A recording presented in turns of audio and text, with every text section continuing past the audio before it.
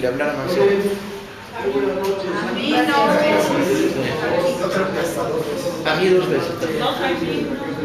Bien, la pregunta es, ¿quién financió esa campaña? Y la respuesta es, esa campaña fue una campaña de Estado financiada por el gobierno de la Ciudad de México, por instituciones gubernamentales de la Ciudad de México, con trabajadores de dependencias de la Ciudad de México. Bien, ¿con qué derecho moral podemos mirar al PRI y decir cuando usa fondos de Pemex o cuando usa fondos turbulentos del narco o de los gobernadores en una campaña? Hemos perdido todo derecho moral a cuestionar los métodos puercos del proceso electoral. Hemos asistido a unas elecciones de Estado. Entonces, la primera pregunta es si esto es la izquierda que van en chinga a su madre. Papón. Ya no hay manera de que podamos admitir moralmente este tipo de operaciones. No tengo nada en contra de Mancera, fuera de que me parece bastante hueco, desprovisto de proyecto político, que todas las veces que lo he oído intervenir tiene 2 o 3 lugares comunes que expresa ahí penosamente, ¿no? La seguridad, el orden. Yo soy de izquierda porque viajo en transporte público, ¿no? O me eduqué en escuelas de educación pública, ¿no? A lo cual no está mal, ¿no? Si diera el siguiente paso y dijera, porque yo creo firmemente en la educación pública y hay que defenderla contra la agresión sistemática estatal contra la educación pública, y hay que defender las escuelas públicas contra la política del Baster Gordillo y los gángsters del sindicato de maestros que han impedido el desarrollo de la democracia, que han frenado el proceso educativo. O sea, si diera un paso más allá, órale, pero no, se queda en el estudio. Más allá de que no tengo nada y que me parece un candidato de una izquierda francamente poco izquierda y blandengue, al margen de esto, lo que cuestiono no es al personaje, lo que cuestiono son los métodos. El proceso de descomposición de la izquierda en este país es un proceso que está llegando a límites insospechables, ¿sí? Ya lo único que falta, ¿sí?, es empezar a encontrar en nuestras filas corruptos de nivel 1 como Montiel, etc.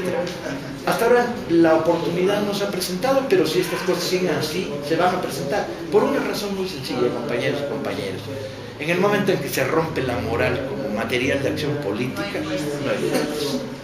En el momento en que todo es pragmatismo, todo es cuánto me das, cuánto te doy, en el momento en que todo se vuelve una lógica de búsqueda del empleo, la chamba, lo laboral, el poder, y no de los principios, y no del bien común, el proyecto de izquierda se desdibuja al grado más profundo posible. Queda la reserva de Morena, sin duda. Morena hoy es la alternativa nacional donde se reúnen los ciudadanos que no traen boleto, que no quieren ser dueños de nada, ni diputados, ni choferes de diputados, ¿no?, que creen en el cambio. Pero el comportamiento de Morena en estas elecciones deja muchísimo que desear. Muchísimo que desear. Primero, Morena no se expresó en el Distrito Federal. Y cuando Andrés Manuel fue cuestionado, dice, ¿por qué no se expresa Morena en el DF? Y dice, ¿quién debería ser su candidato? ¿No? Así como Morena está promoviendo candidatos a diputados, etcétera, lo cual me parece de todo orden correcto y justo. ¿Por qué en el caso del jefe de gobierno del DF no se expresó? La respuesta de Andrés fue, pues exprésense a nombre individual, lo cual me parece verdaderamente un tremendo pecado. ¿Por qué? Si fuerzas como el gobierno del DF se metían de lleno en la campaña, ¿por qué Morena, que era una fuerza con un nivel de dignidad y de peso político, no pudo expresarse en el caso del nombramiento del jefe de gobierno de la Ciudad de México? Yo creo que Andrés cometió un grave error y probablemente lo vaya a pagar, pero además un grave error no político, porque esos errores se cometen y bueno, todos son susceptibles, sino un error moral.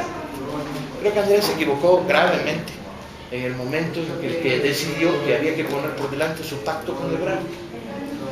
Yo entiendo bien el pacto de Andrés con Ebrard, lo entiendo claramente. Se trata de ir juntos a la búsqueda de la presidencia, hay que sumar todas las fuerzas posibles, no hay que restar.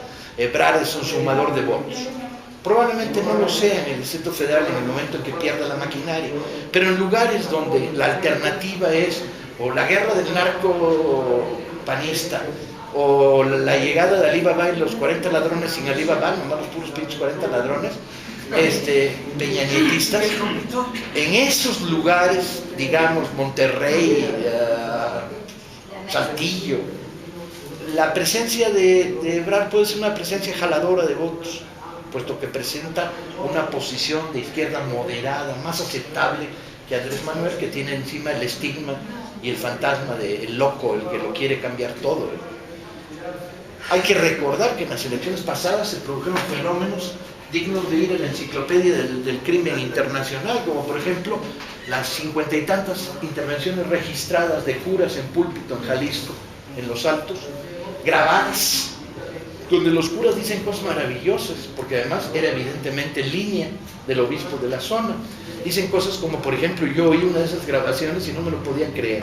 Decía, ¿este es el cura? Sí, está hablando desde el púlpito. Decían cosas como, si gana Andrés Manuel, le va a robar sus zapatos a los niños pobres. Yo me imaginaba a Andrés Manuel en los Altos de Jalisco, en Lagos de Moreno, por ahí tocando la puerta diciendo, en esta casa viven niños pobres. Sí, viven dos, chinguen sus zapatos, por favor. Era delirante, pero ese tipo de material basura se produjo en la campaña desde el púlpito. En lugares como esos, Ebrard puede resultar más neutral y jalar votos. Entiendo, pues, en la lógica de Andrés Manuel, ¿sí?, que proteja su pacto con Ebrard y no lo quiera romper, pero no a costa de darle al Distrito Federal una campaña de Estado, no a costa de perder los principios, no a costa de debilitar notablemente la fuerza de la izquierda en el DF. ¿Quién sabe cuántos vamos a decidir no votar por un candidato que se nos impuso en una campaña de Estado en la Ciudad de México? ¿Por qué? ¿Cómo hemos llegado a una situación como esta? Bien, la historia es compleja, sin duda, muy compleja. Tiene que ver con varias cosas. Tiene que ver con un proceso de desgaste de la generación militante de los 60, 70, muchos años peleando, muy malas condiciones laborales, empleos de los que te corrieron, casas que se te caen, 3 divorcios, tienes que pagar el mantenimiento de 2 de tus hijos, tienes por ahí regados, ya no te alcanza con el salario, tienes que andar vendiendo la enciclopedia británica en la noche, ya llegó internet, la enciclopedia británica valió para pura madre, tienes que vender miel de abeja que te manda tu abuelita desde Guanajuato, la penuria económica, y de repente pues eres delegado, auxiliar del delegado, miembro de la asamblea, ayudante y asesor de no sé quién, y hay salarios seguros, hay choferes. Hay un proceso de degradación económica en nuestra izquierda, de una generación de militantes quemada y desgastada por el paso del tiempo. ¿Lo justifico? Ni madres. Los principios no se ven. ¿Lo explico? Sí, hay que explicarlo, hay que saber qué pasó. Pero hay un proceso que es todavía más perverso, que es el proceso de la degradación burocrática.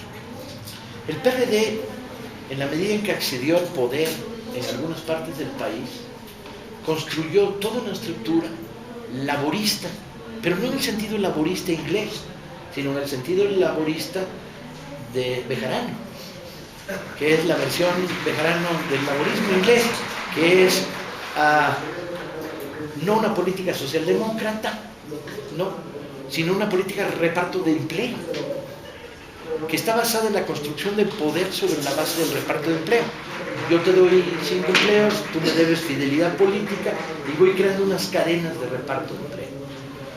El fenómeno vino acompañado de otro fenómeno igual de pernicioso, que es la base social perredista en un 50 o 60% eran movimientos peticionarios, movimientos urbanos o suburbanos ligados a la petición de tierra para vivienda, agua.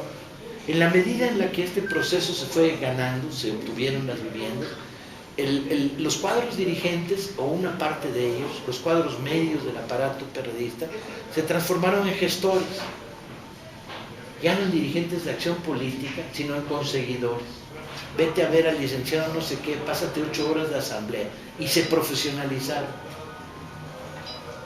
Y ese desgaste en la vida cotidiana produjo un desgaste político y un cansancio, pero además produjo una relación corporativa muy envenenada, que es, yo tengo dentro del partido la fuerza que me da la gente que tengo pidiendo cosas detrás de mí. Voy a la anécdota para ilustrar lo que estoy diciendo. Hace 10 años participé en unas elecciones internas del PRD para el Consejo Estatal. yo dije, bueno, pues, voy por la colonia, por la Cuauhtémoc, entre los que me leen y los que me conocen, pues ya chingué. Además, todos los que me leen son de izquierda, o sea que no hay mucha bronca. No voy a hacer campaña, ¿no? ¿En dónde además hago campaña? Me enfrenté a un personaje verdaderamente maravilloso, digno de salir en una de mis novelas. Se llama Negro Contreras, no sé si alguien lo conoce. ¿Tú lo conoces? Sí. Un personaje al que yo conocí en el comité del DF, porque se chingaba las galletas de las reuniones, hasta que el comité decidió no poner galletas. Él no era miembro del comité, pero llegaba un cuarto de hora antes de la reunión y se chingaba las galletas. Entonces decidimos no poner galletas y dejó de asistir antes de la reunión. Este cuate basa su poder, a mí hasta simpático me cae, porque es un pillastre, pues, ¿no? Pillastre de izquierda. Incluso debe tener una historia de lucha, no debe ser un huevón ahí salido de la nada, debe haber tenido una pequeña historia de lucha en su pasado, ¿no? Bueno, tiene su poder en que está gestionando 3 proyectos habitacionales en la colonia Cuauhtémoc. Estos proyectos habitacionales, que fueron producto de luchas que se consiguieron, tienen detrás a 400 familias. Solamente hay casas para 82 familias, pero hay 400 peticionarios que están pagando sus cuotas, haciendo cola. Cuando se va el que está delante, suben en la cola y se acercan a la posibilidad de tener vivienda.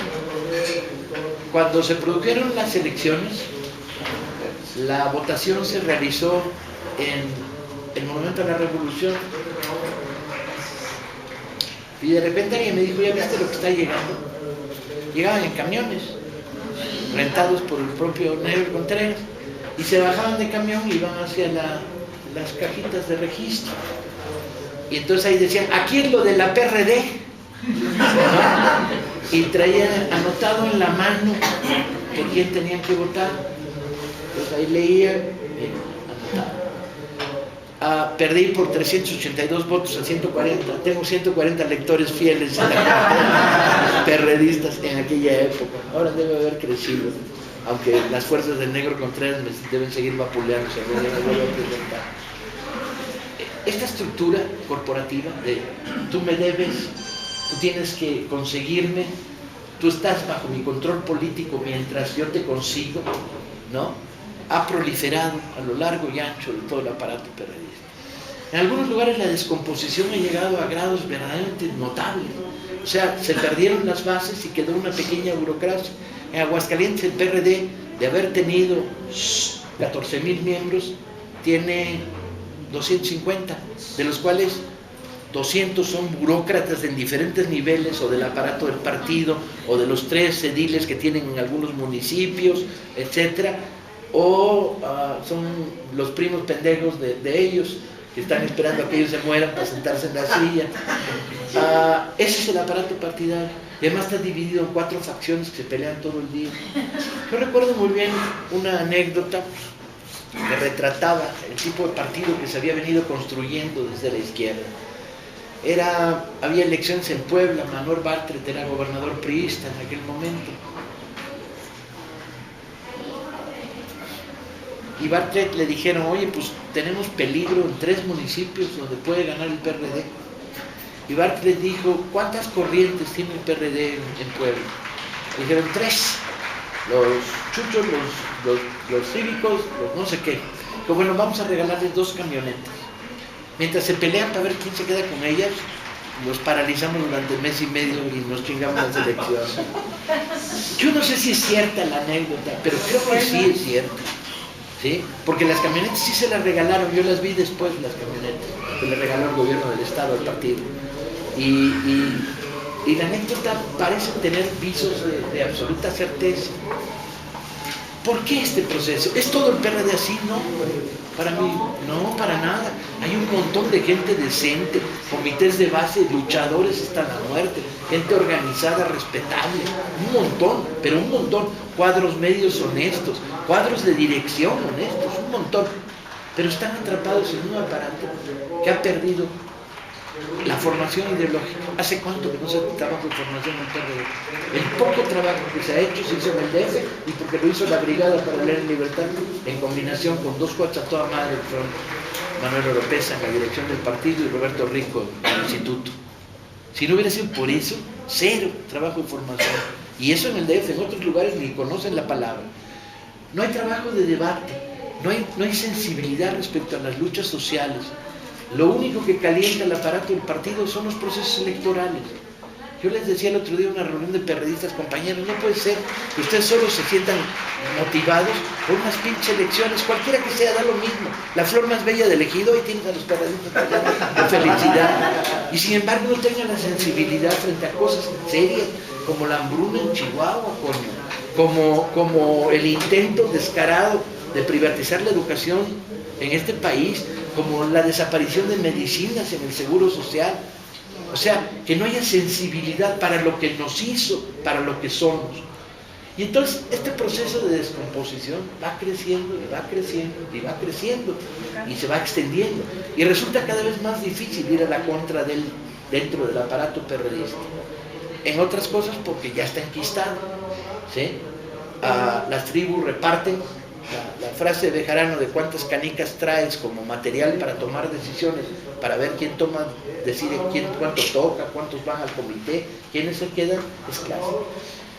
A la perversión se suma el fenómeno del gobierno en la Ciudad de México. Cuando Cuauhtémoc Cárdenas entró a gobernar esta ciudad, había una verdadera mística en los miles de personas que entraron con él a gobernar, mística de cambio. Y se encontraron con uno de los aparatos más perversos que haya inventado el ser humano, que era el aparato de la normatividad, el aparato de la burocracia extrema, el aparato de las reglas y las reglas de las reglas y la descomposición absoluta por abajo, ¿sí? Un personal al servicio del gobierno del Estado que en un 90% no servía a nadie, que ejercía burocráticamente su función y cuya palabra favorita es no. Usted llega a una ventanilla y hay un güey enfrente, una pendeja enfrente que te dirá, antes de que abras la boca, no hay, no se puede. Y le dice, ¿no se puede qué? No, pues es que no se puede, no hay. Esta actitud, que es verdaderamente enfermiza, dominaba el aparato priista por todos lados. Pero además la normatividad era muy curiosa. Se habían creado candados para todo, supuestamente para impedir la corrupción. Pero lo que habían logrado es, impides la corrupción a nivel bajo y elevas el nivel para resolver. Si en la ventanilla no te resuelven, el jefe acepta mordida, ¿no?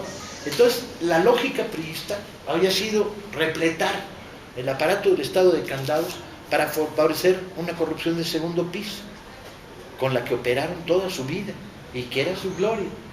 Cuando el gobierno de Cuauhtémoc entró, trató y se hicieron un montón de cosas.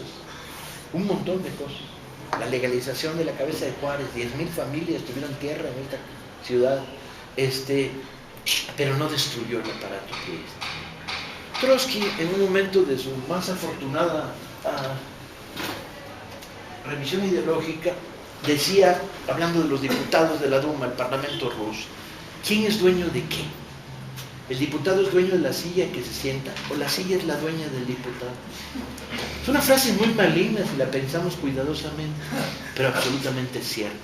Llega un momento en que la silla manda y no el que está sentado en ella. Y a lo largo de estos años de gobierno de DF me he encontrado las más insospechadas situaciones, como enfrentarme a un delegado para decirle una pregunta. Me estás diciendo que lo que te propongo no se puede hacer porque la norma lo impide. Entre la justicia y la norma, ¿tú de qué lado estás? No, pues pues de la justicia, pero hay que acatar la norma. Y entonces resulta que acatando la norma, en una casa de la cultura de esta delegación, un grupo de rock no podía ensayar si no pagaba. Porque las casas de la cultura en todas las delegaciones de esta ciudad están normadas con la lógica de los panteones, los baños públicos y los deportivos. Tienen el mismo reglamento, que se llama el reglamento de autogenerados. De tal manera que tú puedes construir un curso de literatura siempre y cuando lleguen los alumnos, se inscriban y paguen, y el maestro cobre una parte de lo que se pague. Pero no tienes dinero para comprar focos. pero no puedes prestarle tu casa de la cultura a un joven pintor que está empezando porque tiene que pagar la renta del salón. O sea, el sentido original de las casas de cultura de barrio se perdía totalmente. ¿Y en qué se convirtieron? Pues vayan ustedes y revísenlas, incluida esta. Macramé, karate, chafa, bailes, ay, el que más me gusta es bailes orientales, está toda madre. La Casa de la Cultura Paco Ignacio Taibo, que lleva mi nombre. Tengo 3 casas de la cultura en esta ciudad que llevan mi nombre y prefiero no irles a visitar porque luego pasan cosas muy raras.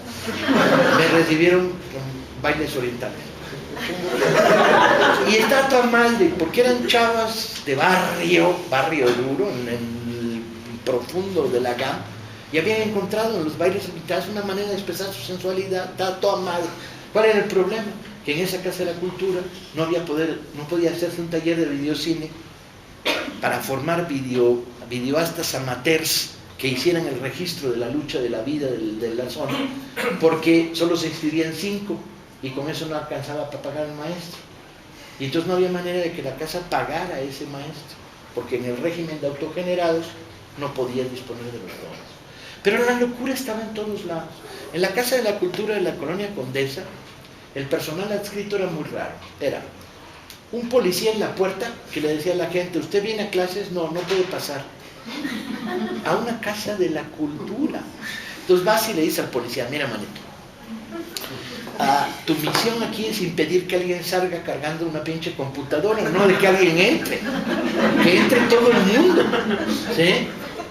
Y el que no va a una clase, pues que se quede aquí viendo la exposición que hay, usando la biblioteca que hay ahí adentro, ¿sí? No, pero no, es que luego viene la gente y no tiene nada que hacer, y a ti te vale, güey, allá al final te explica, a ti te vale, tú no tienes nada que hacer y estás aquí cobrando un sueldo, ¿no? Hazte para allá, quítate de la pinche puerta que espanta, ¿no? Pero la cosa no terminaba ahí. El policía era un síntoma simbólico del tipo de construcción organizativa que la izquierda había logrado en la Ciudad de México. Resulta que las clases fundamentales eran eso: macramé, costura, peluquería, karate, un poco de danza. Tenían un grupo de danza folclórica francamente bueno, que había creado un maestro joven, y tenía alumnos para aventar para arriba, pero no podían tener literatura, no sé. Bueno, tomada la dirección por una gente decente de izquierda, pues, pero lo primero que hizo fue al policía mandarlo para otro lado, le dijo: vete a cuidar la pinche esquina, sácate de aquí que espantas al personal, quitarle los candados a las puertas y abrirlas totalmente. Pero además de eso, bueno, pues, un poco tratar de cambiar la inercia y la lógica. Pero cuando estaba en esas, descubrió que había una biblioteca que tenía los libros en anaqueles, pero con candado, para que no se los roben. ¿Y quién tiene la llave? ¿Quién sabe? Ya se había perdido hacía como un año. O sea, había un libro club que no funcionaba porque los libros estaban encerrados en anaqueles con candado. Y no solo eso, el momento crucial de la experiencia de esta pequeña Casa de la Cultura fue el momento en que le preguntaron a un señor que estaba ahí y hacía labores de jardinería. La verdad es que era como raro porque no había mucho jardín, había 8 pinches plantas que estaban secas las 8. La directora de esta Casa de la Cultura le preguntó: oiga, ¿y usted qué hace aquí? Y ella: pues yo soy jardinero. Y dije: ¿para qué queremos un jardinero si no tenemos jardín?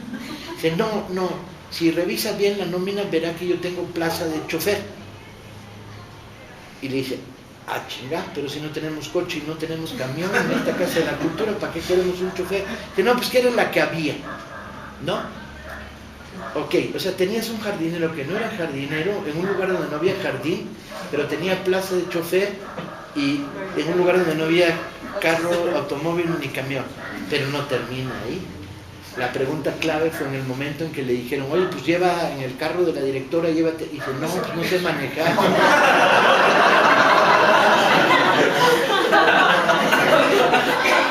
¿Cómo había llegado ese cuate? Bien. Yo me hice esta pregunta y motivé a la directora de la Casa de la Cultura para que hiciera un interrogatorio exhaustivo para saber. Hay que saber por qué pasan estas cosas, ¿no?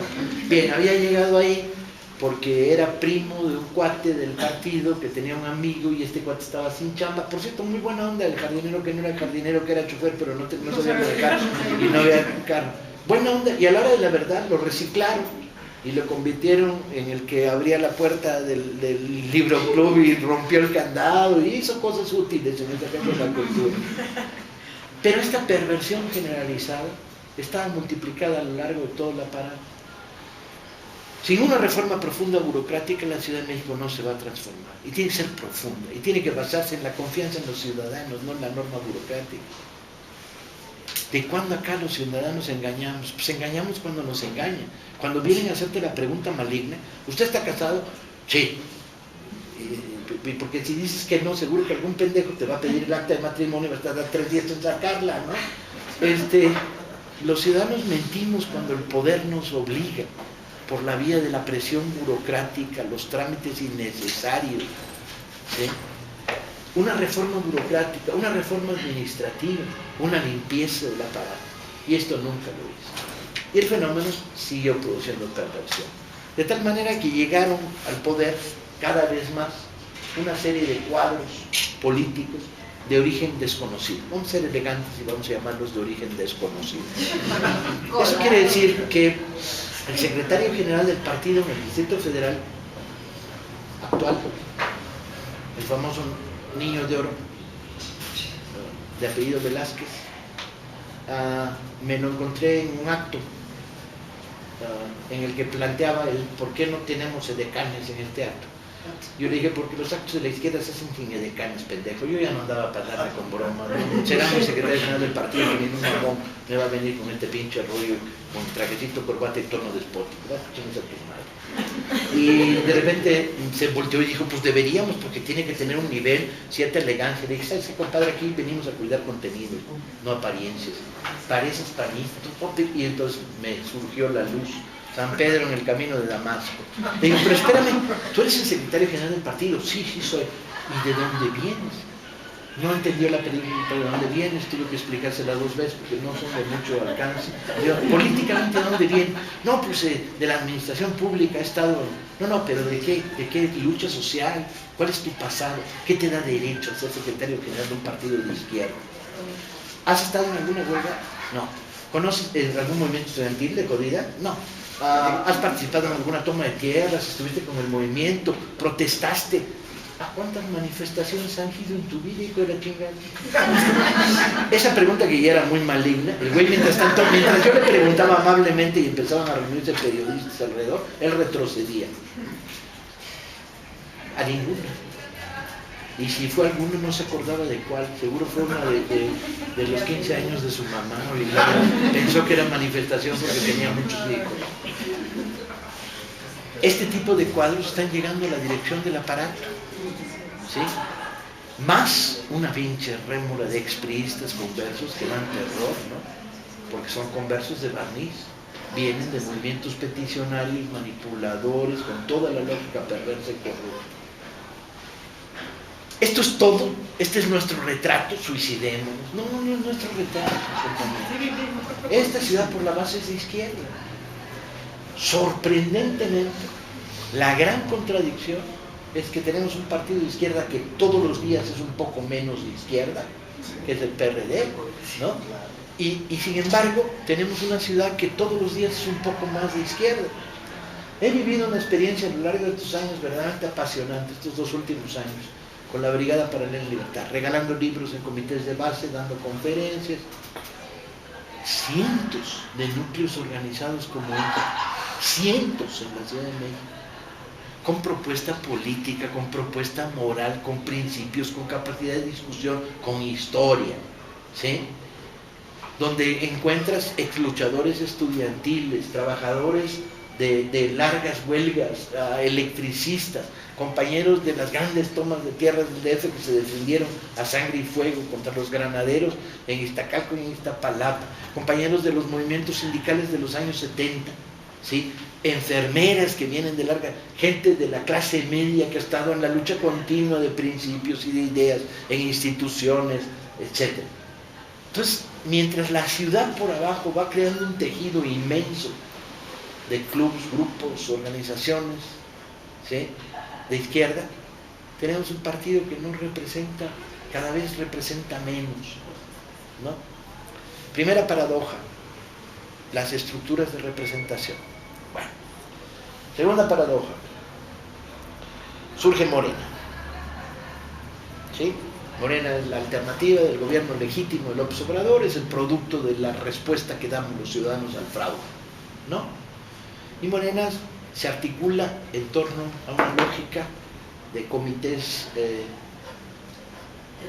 electorales, de comités de vigilancia electoral, que es una lógica muy perversa porque empieza a repetir el viejo fenómeno del PRD. De repente surgen dos fenómenos en Morena que le mejoran notablemente su calidad. El surgimiento por todos lados de círculos de estudio, círculos de debate y discusión como este, y las brigadas que empiezan a operar en la lucha contra lo de Pemex, etc.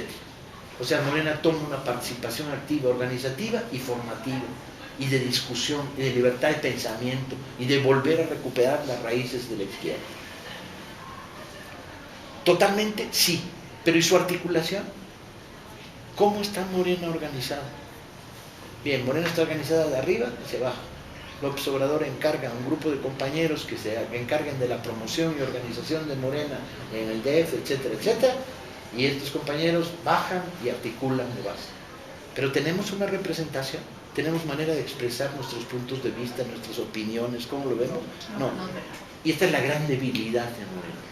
La gran debilidad es que somos una estructura piramidal cuya única función real es ganar las elecciones del año que viene.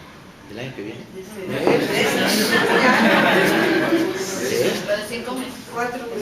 Yo les hago una pregunta, que es una pregunta esencial. Es, ganamos las elecciones. Ni lo dudes. Ni lo dudo, ganamos las elecciones.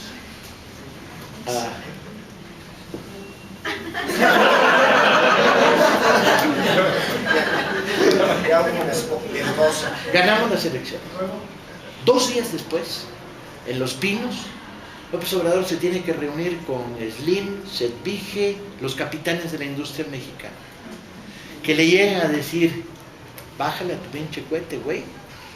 Aquí el poder real en este país somos nosotros, y abusado porque nos llevamos las fábricas a Guatemala, y no antes con mamá.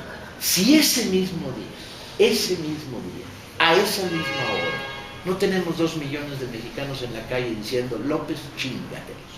Y si te quieren llevar las fábricas, expropialas. Y si te amenazan con que te cierren la Urrera, creamos una red de cooperativas a lo largo de todo el país y nos libramos de ellos una vez y para siempre. Huevos, López.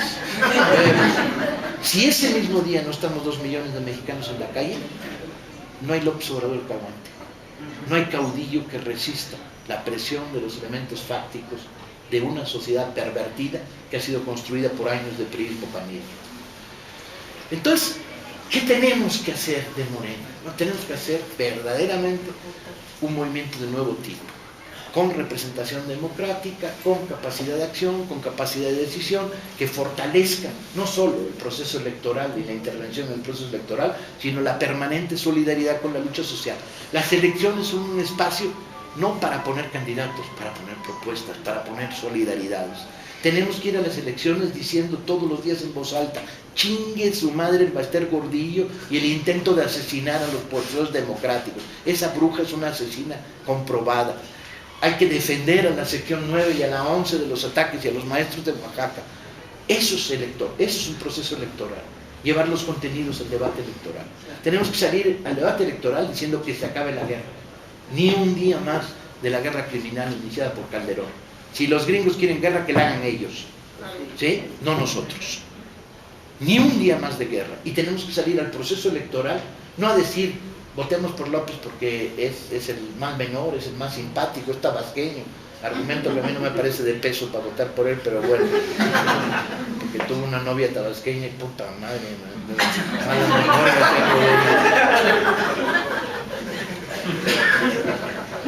sino contenidos. Tenemos que ir a las elecciones repletándolas de contenidos. Tenemos que ir a las elecciones diciendo cómo queremos nuestras ciudades, cómo queremos nuestro país, ¿sí? Y tenemos que construir una estructura democrática de Morena que tenga representatividad, que la dirección sea la suma de las pequeñas direcciones de los clubes, los grupos, las brigadas. Y tenemos que dejar todo el viejo sectarismo de la izquierda de lado, Que hay dos propuestas, adelante, que se practiquen las dos, en lugar de pasar los 3 días discutiendo y 2 votando, ¿no? Adelante, que se exprese por 1000 caminos la imaginación y la energía de una sociedad que tiene esa imaginación y esa energía y lo ha probado plenamente. Si logramos hacer esto, vamos a convertir a Morena en el instrumento del cambio, no solo en el instrumento de la victoria electoral. Las próximas elecciones pueden ser la tumba del PRD, ¿sí? La descomposición de los restos de un aparato, ¿sí? Hay que votar por López, pero no hay que votar por el PRD a nivel nacional, porque si no estamos reivindicando la burocracia de los chuchos y dándoles más poder. Voten por quien quiera, voten por el PT, voten por los marcianos de Convergencia. ¿Por qué marcianos de Morena?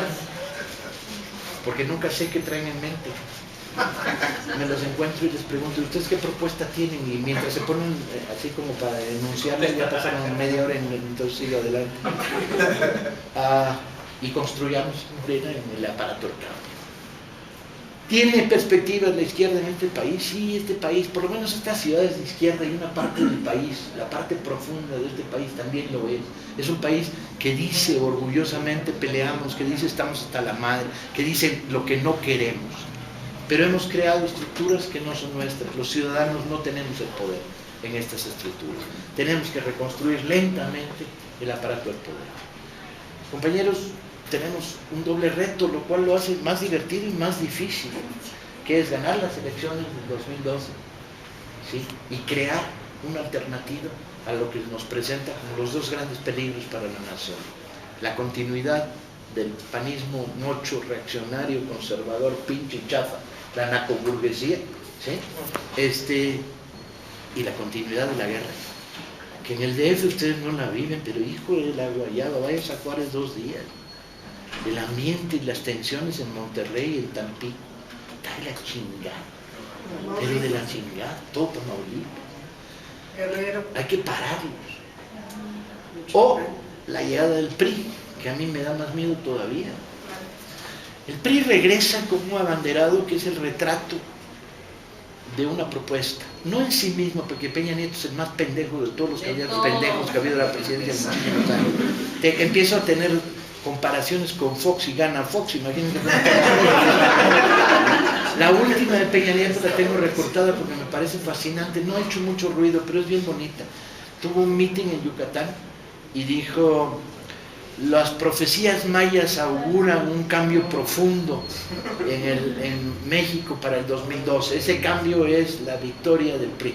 ¿A qué horas este güey habla con los mayas antiguos? ¿Los mayas antiguos eran priistas? Me pareció otro más de los brillantes intervenciones de Peña Nieto. Se dice de Peña Nieto 3 cosas y se las cuento para que las cuenten, porque el humor es un instrumento de lucha, compañeros. La primera que se dice es: su comité de campaña le acaba de dar una consigna, se la escribieron en un cartelón grande y se la pusieron en la almohada para que la lea todas las noches y no se lo olvide. La consigna dice: pendejo, si ves un micrófono, aléjate. La segunda que me contaron, que es bien bonita, es que cuando Televisa inventó a Peña Nieto con la ayuda de Salinas y de Montiel y del grupo Atlacomulco, ¿no? Cuando inventaron a Peña Nieto, Televisa le puso lo que llaman un think tank. Un think tank. Que en lenguaje de humanos quiere decir una especie de grupo de trabajo pensante, ¿no? Pero en Televisa no son humanos, como todos ustedes saben, no dan para hablar lenguaje humano. Entonces el grupo de trabajo pensante era el que lo conducía un poco, le escribía los discursos. Pero en diciembre se fueron de putas a Tailandia y lo dejaron solo en la Feria del Libro de Guadalajara y de ahí para el Real. Después del primer desmadre no se atreven a regresar, entonces he ahí de aquí los profundos deslices de Peña Nieto en esos últimos meses. La tercera que me contaron es bien bonita, que es que su campaña le dijo a un camarada que es zapatista, pero está clandestino.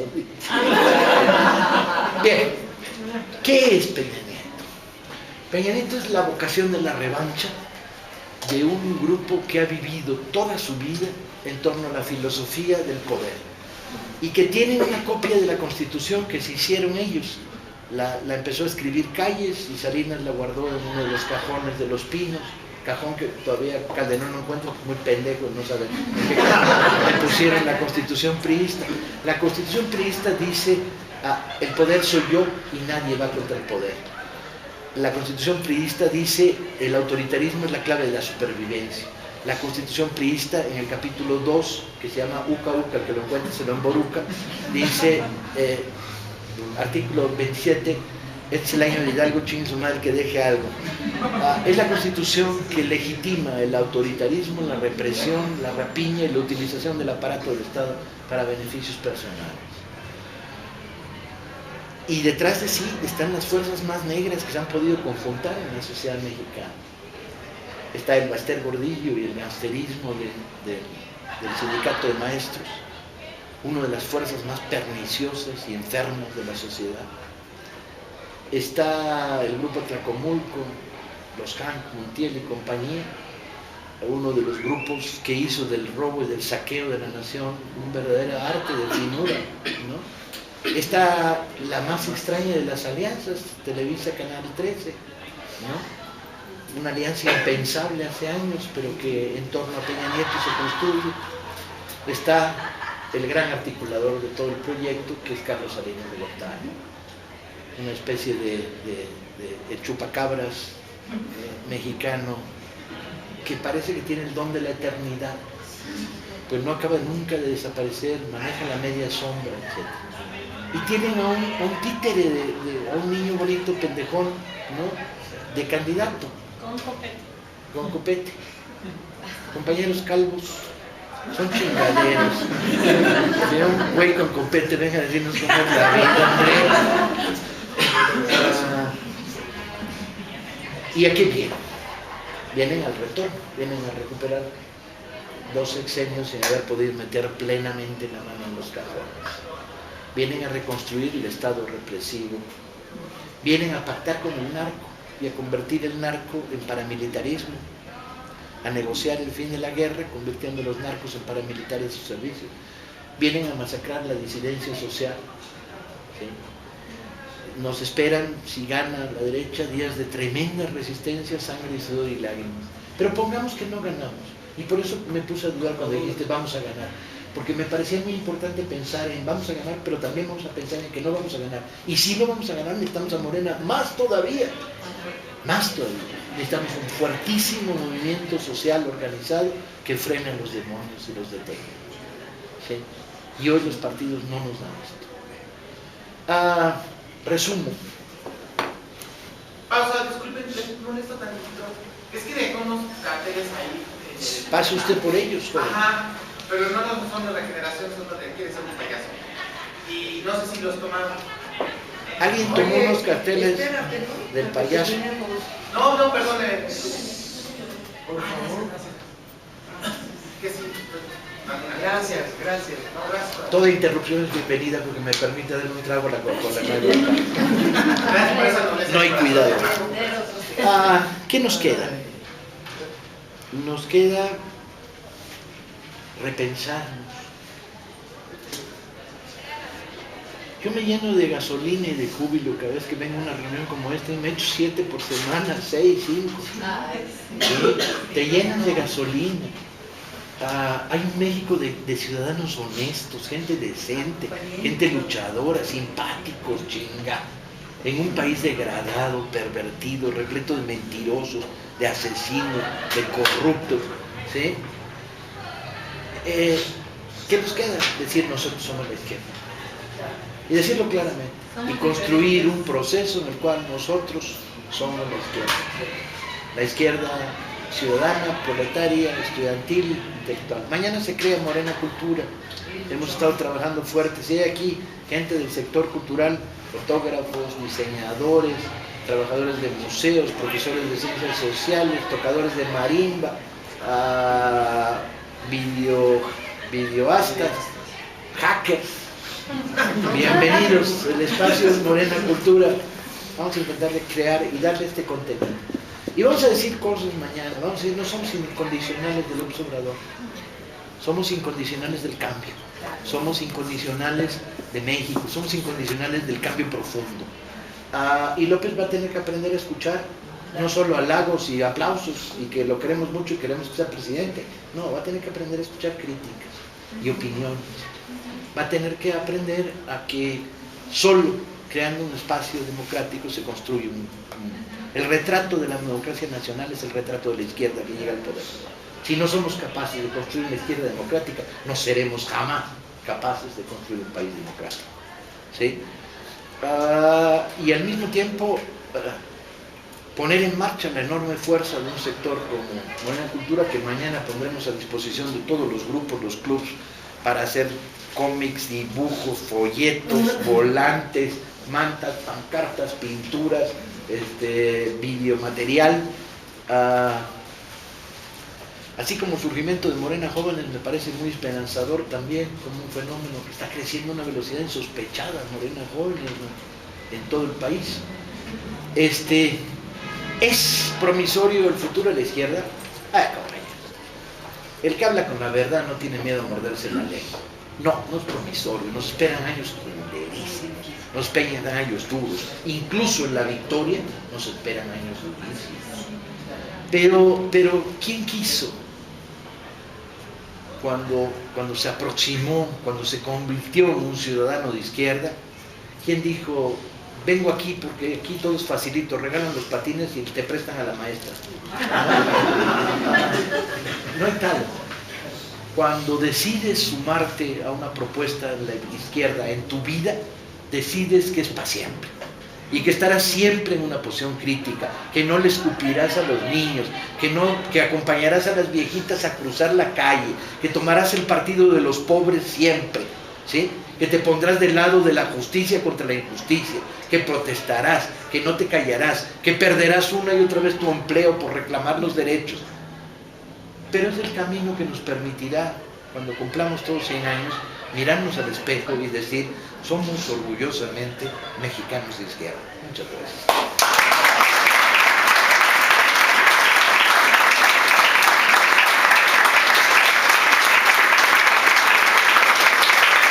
Queremos cosas peores, compañeros. En la comunicación la presión va a estar a peso.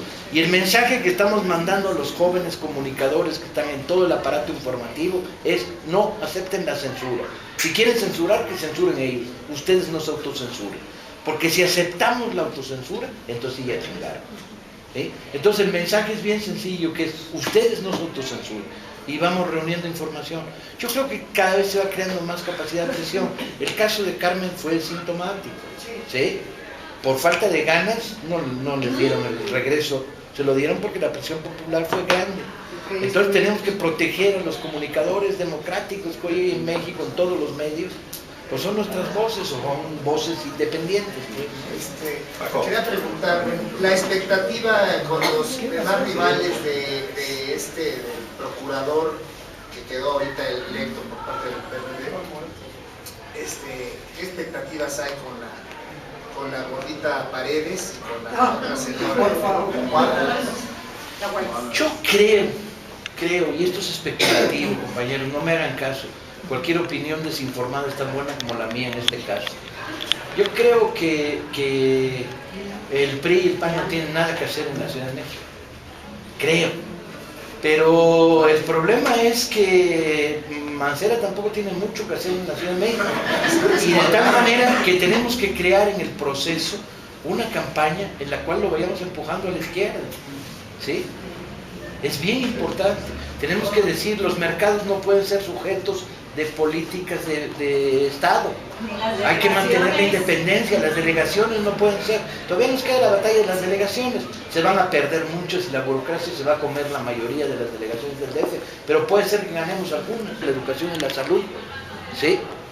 Pero también la fórmula es un programa de lucha. Resistiremos y confrontaremos los intentos de desnacionalización. En ese sentido, lo bueno de formular un programa de gobierno es que estás formulando un programa de lucha que se convierte en un programa de propuestas para hacer desde el gobierno, pero también es un programa de propuestas para resistir la contracción de cualquier gobierno. Hay que echarle un ojo a los 50 puntos. ¿Ya los leyeron y ya los discutieron? No está mal el documento. A mí me parece que tiene un montón de carencias. Ahora en el sector cultura una de las cosas que vamos a hacer es formular un programa completo de cultura, que se vuelve un programa de propuestas, pero también se vuelve un programa de lucha. Y no tiene usted dudas, compañera, está en lo cierto. Eso de empezar diciendo, tengo una duda, pues no había ninguna duda, es absolutamente justo lo que usted dice. Le doy mis argumentos con los que discuto con los taxistas. Hasta ahora he ganado 7 y perdido 1. Mis argumentos son muy sencillos. En lugar de ir a la pro, voy a la contra. O sea, ahora López Obrador es un pendejo, López Obrador está loco, López Obrador vale pa' pura madre. Pero ¿hubiera despedido 40,000 electricistas López Obrador si se le hubiera reconocido su triunfo electoral? No, jamás lo hubiera hecho, ¿verdad? ¿Hubiera permitido que en este país se fabricaron en los últimos 4 años unos 200 millonarios con negocios fraudulentos vinculados a compañías españolas, etcétera? Pues a algunos se le hubieran escapado, pero la mitad se les hubiera rechingado. ¿Hubiera López Obrador permitido que el presupuesto de educación hubiera disminuido en la práctica porcentual? No, a tanto no llegaba. O sea, puede ser muy pendejo, pero así de maligno no era. ¿Hubiera permitido López Obrador que el abasto de medicinas en el Seguro Social y en el ISSSTE hubiera creado una desaparición, fomentando que la gente se vaya hacia la medicina privada? No, López no hubiera hecho eso, ¿verdad? No, a tanto no llegaba. Total que después de 10 pinches minutos, o se declaran derrotados o se declaran rendidos. Compañeros, esta es una batalla que tenemos que ganar en muchos frentes. Pero como bien yo recuerdo el 68, la consigna que un día se dio en la Asamblea de Ciencias Políticas donde yo estudiaba, que es, si no puedes convencer a tu papá y a tu mamá, ¿cómo chingados vas a convencer al resto del pueblo de México? ¿Sí? Hay que irnos al debate de ideas. ¿Sí? Hay que discutir en la calle, hay que discutir en la oficina, hay que discutir y hay que decir, López Obrador podrá hacer todo lo que les dé la gana, pero es la mejor opción en estos momentos para este país. Y además, de postre, ¿sí? Por si eso te parece poco, ese hombre ya ganó unas elecciones y se las robaron. Y el que se atreva a decir que no se robaron las elecciones, a ese sí lo masacramos. Porque hay argumentos sobrados. Como gobernador también. Eso, ¿no? Entonces, vayamos puliendo nuestros argumentos, vayamos ensayando en la casa. A ver, a ti te toca ser priista y a mí me toca ser de izquierda, ¿no? Luego nadie quiere ser priista, ¿no? Pero bueno, para ir nomás de entrenamiento hoy, mañana cambiamos los papeles. Compañeros, tenemos que ganar la batalla por algo bien sencillo, porque en términos generales tenemos razón, este país se merece una mejor suerte. No es verdad que los pueblos tienen los gobiernos que se merecen. Si la historia de México la juzgamos en periodo largo, hemos tenido los gobiernos que no nos merecemos. ¿Sí? La inmensa mayoría de los mexicanos no son corruptos, son honestos. La inmensa mayoría de los mexicanos no son asesinos, son ciudadanos. La inmensa mayoría de los mexicanos son demócratas. La inmensa mayoría de los mexicanos no somos racistas. Y los que lo son, que les dé vergüenza, ¿no? Cuando estábamos en los campamentos, venía cruzando Reforma y Insurgentes, iba acompañado de mi gran amigo Gandhi Góngora, se llama así, no es botana, Gandhi Góngora, y es moreno, parece hindú de facha, pero pues es mexicanísimo, es de Oaxaca. Y entonces íbamos cruzando Reforma e Insurgentes y habían estado chingándonos los panistas. Y los compañeros en Reforma e Insurgentes habían puesto una manta muy chingona que dice, si nos apoyas toca el claxon. Con lo cual neutralizamos a los del carrito que estaban jorobando, ¿no? Y entonces ya dejaron el método de tocar el claxon y en el momento del cruce se acercó a velocidad media una mujer de clase media alta en un carro rojo más o menos elegante, enfurecida. Y se asomó a la ventanilla, nos miró a Gandhi y a mí, que íbamos tan como a 10 metros, y nos gritó, pinches indios, pinches pobres. Y no sean lo orgullosos que estábamos Gandhi y yo, ¿no? Gandhi por eso de que se llama Gandhi, de que viene de los indios, pero de la India, ¿no? Yo porque me sentía verdaderamente orgulloso de que alguien me llamara pinche indio, pinche pobre, y yo que de indígena no tengo nada, de origen español, de raza desconocida como los perros que te encuentras en la calle, de toda la almendra.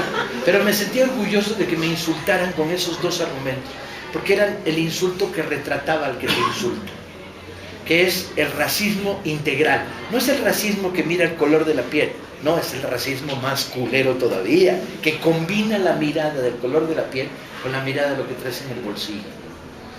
Ese es el retrato del fascismo, y del fascismo muy vinculado a clases medias panistas, muy reaccionarios en esta ciudad.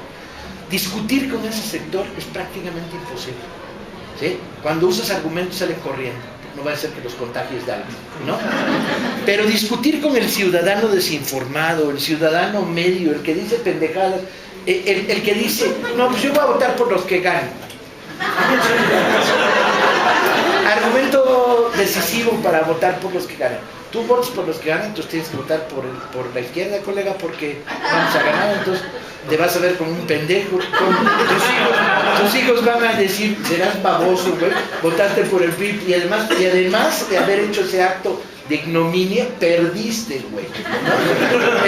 Desde esos que hay un chingo, del elector que vota por el que gana porque siente que así se aproxima al poder, ¿no? Hasta el elector despistado que tiene un catálogo de quejas, muchas de ellas justificadas contra las administraciones perredistas, ¿no? Pues son iguales, roban, hay corrupción, hay burocracia, ¿sí? A ese elector hay que colocarlo ante la teoría del mal menor. Ahora, sale, estoy de acuerdo, pero López Obrador es el mal menor, en tu punto de vista. No te va a venir a robar los zapatos, y no puedo decir lo mismo de Beatriz Paredes, amigo. Le digo, el paro de reforma no es nada a los rateros del PRI. Pero tienes otro argumento más bonito. No hubiera habido paro en reforma si no hubiera habido fraude electoral. ¿Qué nos robaron? Nos robaron lo más importante que tiene el pueblo, elegir sus gobernantes. Pues yo les digo que me da mucha pena y no lo debo de decir, pero yo el robo del 2006, ya con que, pues ni modo, lo tengo que decir, con que se haya ido Muriño, que hace mucho daño, y con que se haya ido los otros amigos, ya me lo pagan.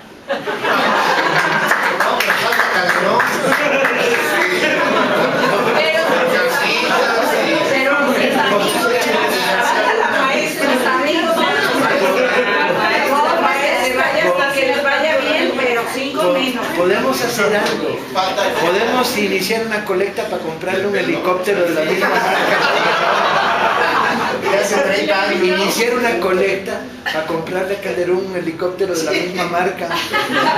Y el mismo año no hay. ¿A dónde? No, él va a agarrar otro que no esté... Pero si hacemos una colecta, a lo mejor pega.